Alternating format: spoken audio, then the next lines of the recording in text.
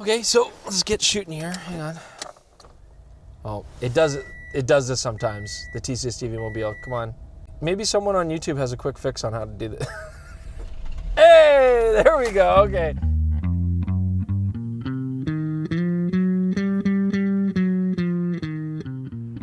Welcome back, TCS TV viewers. It's Chris Niccolls here from the Camera Store TV, and as you can see from the photo that I just took of these Canada geese returning, spring is on its way, although it does not feel or look it, I know. But today I thought we would explore what you can see behind us, the beautiful downtown region, with this, the brand new Panasonic ZS200. Now, I know that when you see a 1-inch compact camera like this, it screams travel photography and stuff, but you know, we're back home, and I thought, why not see if this can also be just a compact little companion camera for the day? I'm gonna do some street photography with it and explore the brand new zoom range that we have on the brand new ZS200. So it was about 2 years ago when we reviewed the original ZS100. I had a baby strapped to my chest that whole video. You should watch that one, it's a fun one. And we were really intrigued by that brand new camera because it had a 10 times zoom with a 1-inch sensor, but it was still compact size. You have to keep in mind that pretty much on the 1-inch market, you've either got tiny cameras with 3 times zooms like the RX100 series, or you've got big cameras with huge zooms like, you know, the FZ2500, for example. And we figure by this point now, especially off the success of the ZS100, we'd be inundated with compact 10 and 12 times zoom cameras in the 1-inch series.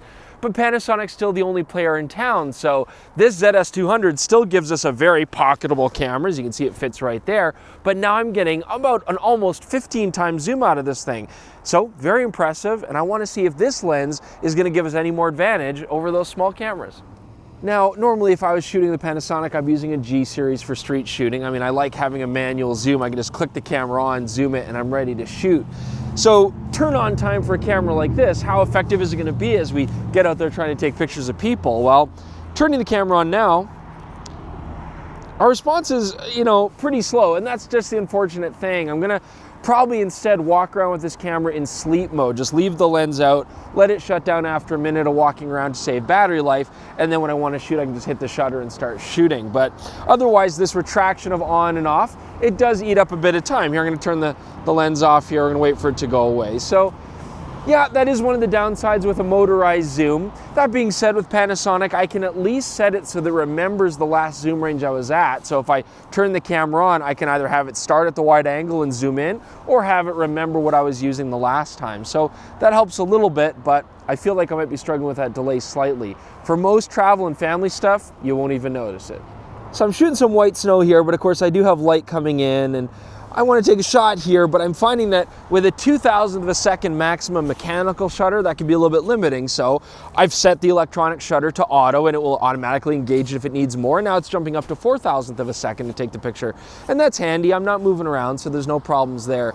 Still, I would say a camera like this would really benefit from having a built-in ND filter, not just for photos, but for inevitable video that I want to shoot as well, because this camera does great video, and of course there's a distinct lack of filterings on these motorized zooms. I don't know if there's space in there, but I do wish it had it. All right, so we're heading down the bridge to Chinatown. I just want you to take a look at these two photos that show the extreme range on the lens on the ZS200. A brand new 24 to 360 millimeter range. It's convenient, and I think Panasonic's doing it because they're capitalizing on the fact that no other manufacturer seems to want to touch this kind of camera.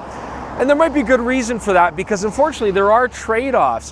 When you go with a lens range like this, your aperture choices are limited. And this lens is now a 3.3 to 6.4. When you consider that the aperture maxes out at f8 at the tightest, you basically don't have a lot of creative control with this camera when it comes to aperture choices. You know, take a look at Panasonic's LX10. That's a 1.4 to 2.8 at their widest aperture possible. And you know, those are nice because with a 1-inch sensor, you can play with depth of field, you can get soft backgrounds, and you have options when you want to gather more light.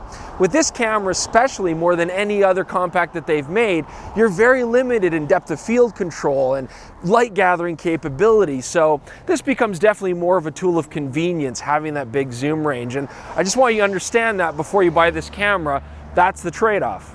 So as you can see here in Calgary, we're very festive.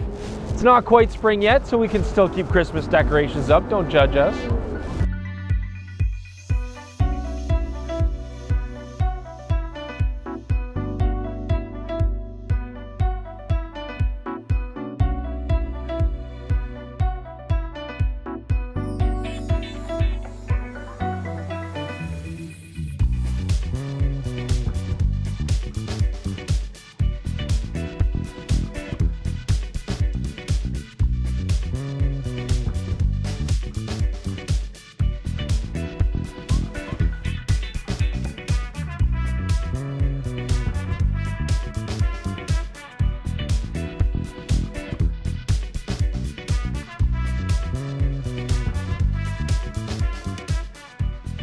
Look, the sign's still there, so you still can't park a Ford Fiero. That's a nice memory back to our old videos. Hey, Jordan? Although there's no color ring, so it actually, maybe it looks like you can park one. And now I've got another one over here. Don't park, I don't know, 90s era muscle cars. No Dodge Challengers or Ford Fieros in Chinatown. So I still don't have a flip out screen, which means I can take selfies of my shadow, which is always cool, and it doesn't look like I'm holding an SLR up to my face. But if I want to do selfies of myself, it's not going to happen. So, you know, I know that would have been a nice change from the ZS100. I guess they're trying to keep the cost down. This is already an $1,100 Canadian camera, which is certainly not what I'd call affordable.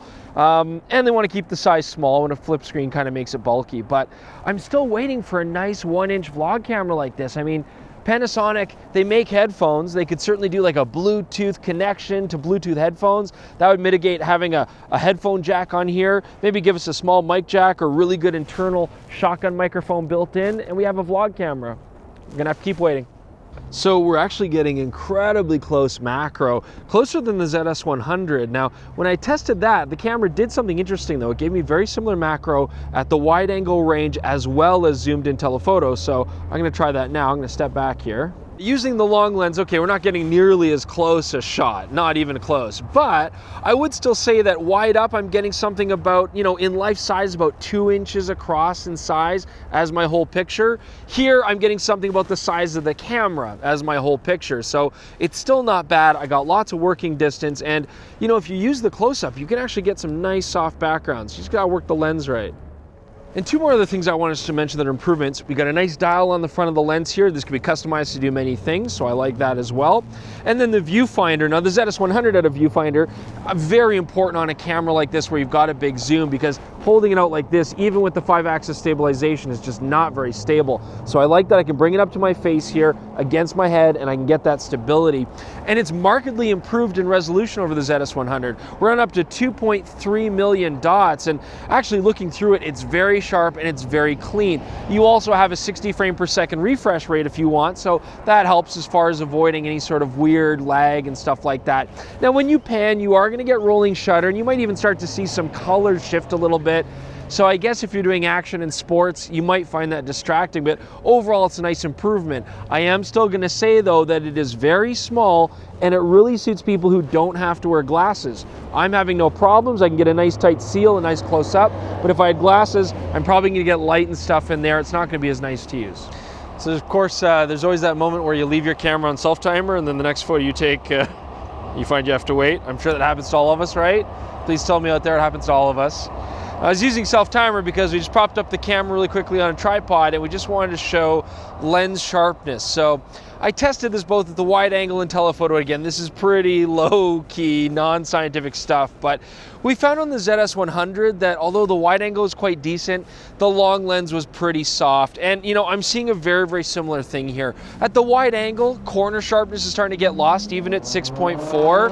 And at the telephoto range, I shot that at 6.4. I don't have a lot of choices. I'm finding it somewhat soft all over. Again, these are more compromises when you're fitting a big zoom like that into a small camera.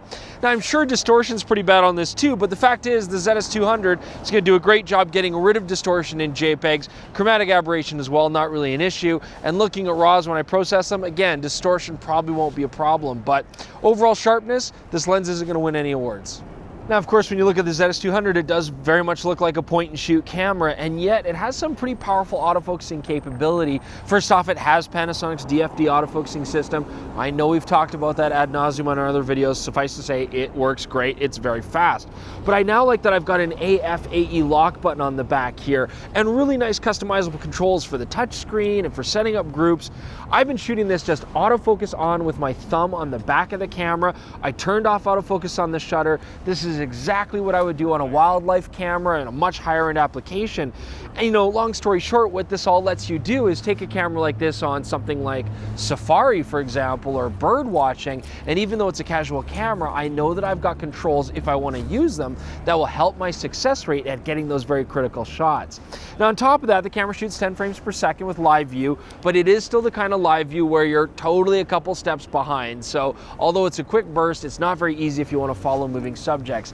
However, we do have 4K standard photo modes here. So I've got my favorite, which is the pre-burst, where I can just watch amazing things happen, hit the shutter, and know that I've captured that moment that I really want to capture, even if my timing's a little bit off, albeit at under 9 megapixels. But who needs more than 9 megapixels in the ages of Facebook and Instagram? Okay, so this is the video portion of our talk. Now, Jordan, yep, we're shooting in 4K 24 right now. Right, yeah. At 24 mil equivalent, I wouldn't think we'd have to be this close. Why are you so close to me? But there is a pretty heavy crop when you're shooting 4K. Yeah. Your wide angle goes to 36 mils, but even at 1080, you've got a 30 mil wide angle. Yeah, it's not ideal for what we're doing. And of course, we have no flip screen, so I'm assuming we're both in frame. I hope so. And the audio is probably going to be pretty rough right now. Yeah. Because we are, you know, just using the built-in mic on it. Some wind.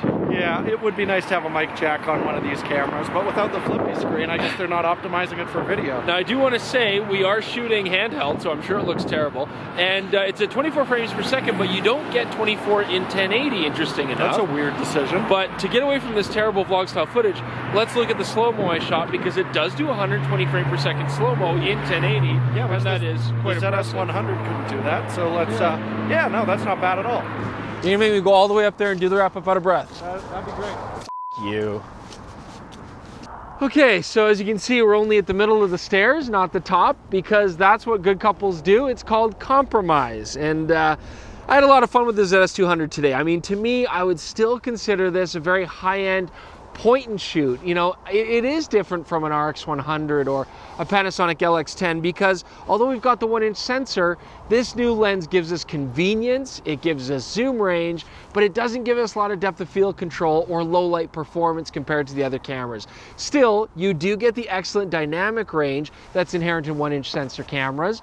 You know, rounding out this camera, you get excellent battery life for its size, 370 shots. They've added a new monochrome mode, which is beautiful. It's just like high contrast mode. But overall, I think this camera is still going to suit people who want a classic travel camera, compact camera. And frankly, nobody else makes anything like this. To their credit though, Panasonic isn't taking advantage of that. They're giving you some nice new features here. Overall, I think this is excellent for somebody who just wants, you know, better image quality, something that has that je ne sais quoi that a phone or a 1/2 sensor doesn't give you. Or perhaps if you are going to go do kids sports or safari, for example, the new autofocusing features and capabilities here are excellent. This camera is a very capable, fast camera. I hope you guys enjoyed our little review on the ZS200. Sorry that I didn't carry a baby with me around downtown this time. But if you have any questions or comments, leave them below. Don't forget, tweet us. Check us out on Instagram. Please subscribe. Let us know how you feel. And until next time, see you soon.